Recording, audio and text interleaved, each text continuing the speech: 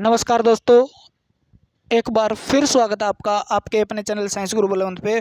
और हम आज डिस्कस कर रहे हैं अभी जो ये खबर आ रही है, जैसे रेलवे में गैर संरक्षा श्रेणी के 91,000 पद खत्म किया है। इसमें ग्रुप डी पे कोई फर्क पड़ने वाला है क्या? जो ग्रुप डी की भर्ती चल रही है उसकी तैयारी करें या ना करें, एनटीपीसी की तैयारी करने का फ़ायदा है या नहीं है, इस प्रकार की खबर आपको देखने को मिल रही होगी। भाई आप ग्रुप डी की तैयारी कर रहे हो या ग्रुप डी का पेपर देना है आपको, तो वो पद खत्म कर दिए हैं क्या? तो आपको भर्ती किया जाएगा या नहीं किया जाएगा, एनटीपीसी जो भर्ती चल रही है उस पर किया नहीं जाएगा, इस चीज़ को हम जानते हैं अच्छे से। क्योंकि मैं एक रेलवे के अंदर हाल फिलहाल उसका कर्मचारी हूँ, रेलवे के अंदर मैं जॉब कर रहा हूँ, तो मुझे इस चीज़ की थोड़ी बहुत तो नॉलेज है किस प्रकार से क्या क्या होगा।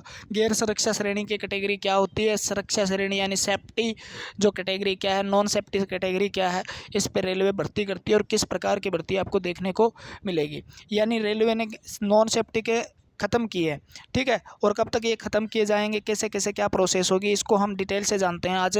और आपको ग्रुप डी की तैयारी करनी चाहिए या नहीं करनी चाहिए, इस चीज़ को भी मैं बताऊंगा अच्छे से आपको समझना है इस बात को।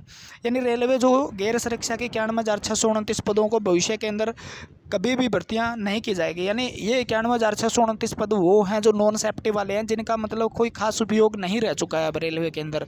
अगर देखा जाए मशीनीकरण होने के बाद, जैसे आपने देखा होगा पहले स्टेशन पे पोछा लगाते तो कितने कर्मचारी काम करते थे, अब उतने कर्मचारी की ज़रूरत नहीं है ना। स्टेशन तो ज़्यादा बढ़ नहीं रहे हैं, स्टेशन तो उतने ही हैं, ठीक है। उन पर साफ सफाई का ध्यान दिया जाता है, तो उसमें मशीनों का यूज़ होने लगा है। जैसे पोछा मारने वाला एक कर्मचारी अब मशीन को चला के 15-20 बंदों का काम कर देता है, तो 15 पद तो खत्म हो गए ना। उसी प्रकार जैसे सफाई वाला पूरा का पूरा ठेके पे है, सफाई वाला काम पूरे ठेके पे, थोड़े दिन पहले उनको ठेके पे दे दिया गया, तो वो सारे के सारे पद क्या सरेंडर कर दिए गए थे। तो ऐसे ही अब कुछ और पद हैं जिनकी कोई खास मतलब ज़रूरत नहीं है।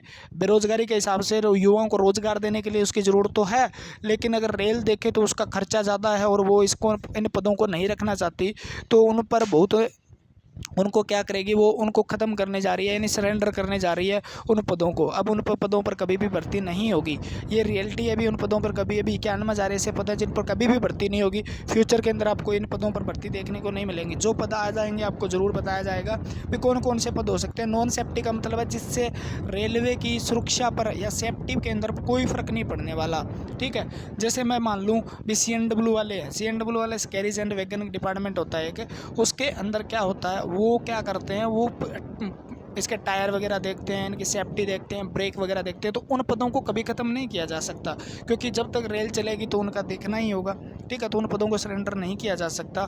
ग्रुप डी की जैसे ट्रैक मेंटेनर है वो ठेके पे दिया जा सकता है, लेकिन कंट्रोलर ऑपरेटिंग वगैरह के विभाग है उसके अंदर कुछ ऐसे हैं, जैसे वायरलेस डिपार्टमेंट है, SNT signal and telecom department है, तो बहुत से डिपार्टमेंट इसके अंदर है। उन पदों को ख़त्म नहीं किया जाएगा। और रेलवे ग्रुप डी की जो भर्ती चल रही है ना आपकी, रेलवे ग्रुप डी की एनटीपीसी की भर्ती, वो भर्ती एज इट इज़ रहेगी, उसमें कोई फ़र्क नहीं पड़ने वाला इन पदों को सरेंडर करने पर, ठीक है। इन पदों को सरेंडर करने पर रेलवे ग्रुप डी की भर्ती या एनटीपीसी की भर्ती पे कोई फ़र्क नहीं पड़ने वाला, मैं साफ शब्दों में कह देता हूँ आपको। क्योंकि वो पद हैं जिन ये पदों पर बहुत समय से डिस्कस, रेलवे की ग्रुप डी की भर्ती आने से पहले भी इन पर विचार किया जा रहा था। अब रेलवे ग्रुप डी की भर्ती उन पदों पर निकाली जाइए जो निकाली गई है, जिनका कभी भी सरेंडर नहीं होगा, मतलब या फ्यूचर के अंदर सरेंडर नहीं होने वाला। अगर फिर भी हो भी जाता है इन फ्यूचर, तो आपको टेंशन लेने की ज़रूरत नहीं है। आप नौकरी कर रहे हैं तो रेलवे के अंदर ज्वाइन होने के बाद आपको कहीं नहीं निकाला जाएगा, चाहे रेलवे सरेंडर करे चाहे कुछ भी करे।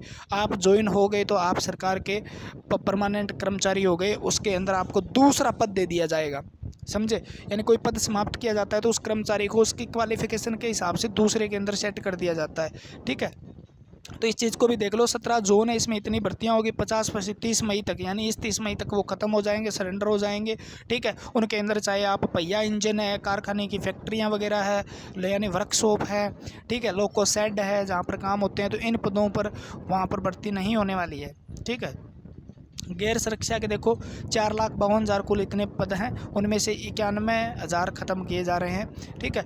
वैसे अगर पूछा जाए तो सेफ्टी और नॉन सेफ्टी के अंदर तो टोटल कर्मचारी 13.5 लाख काम कर रहे हैं। 13.5 लाख है, भर्ती होनी चाहिए 15 लाख की, लेकिन 1.5 लाख की भर्ती भी है। और 13.5 लाख में से कुछ रिटायरमेंट हो जाते हैं, हर मतलब 2-3 महीने बाद कुछ रिटायरमेंट हो जाते हैं, तो वो जगह खाली हो जाती है, तो वहाँ पर भी भर्ती होती रहेगी। तो फ्यूचर के अंदर भर्ती होती रहेगी।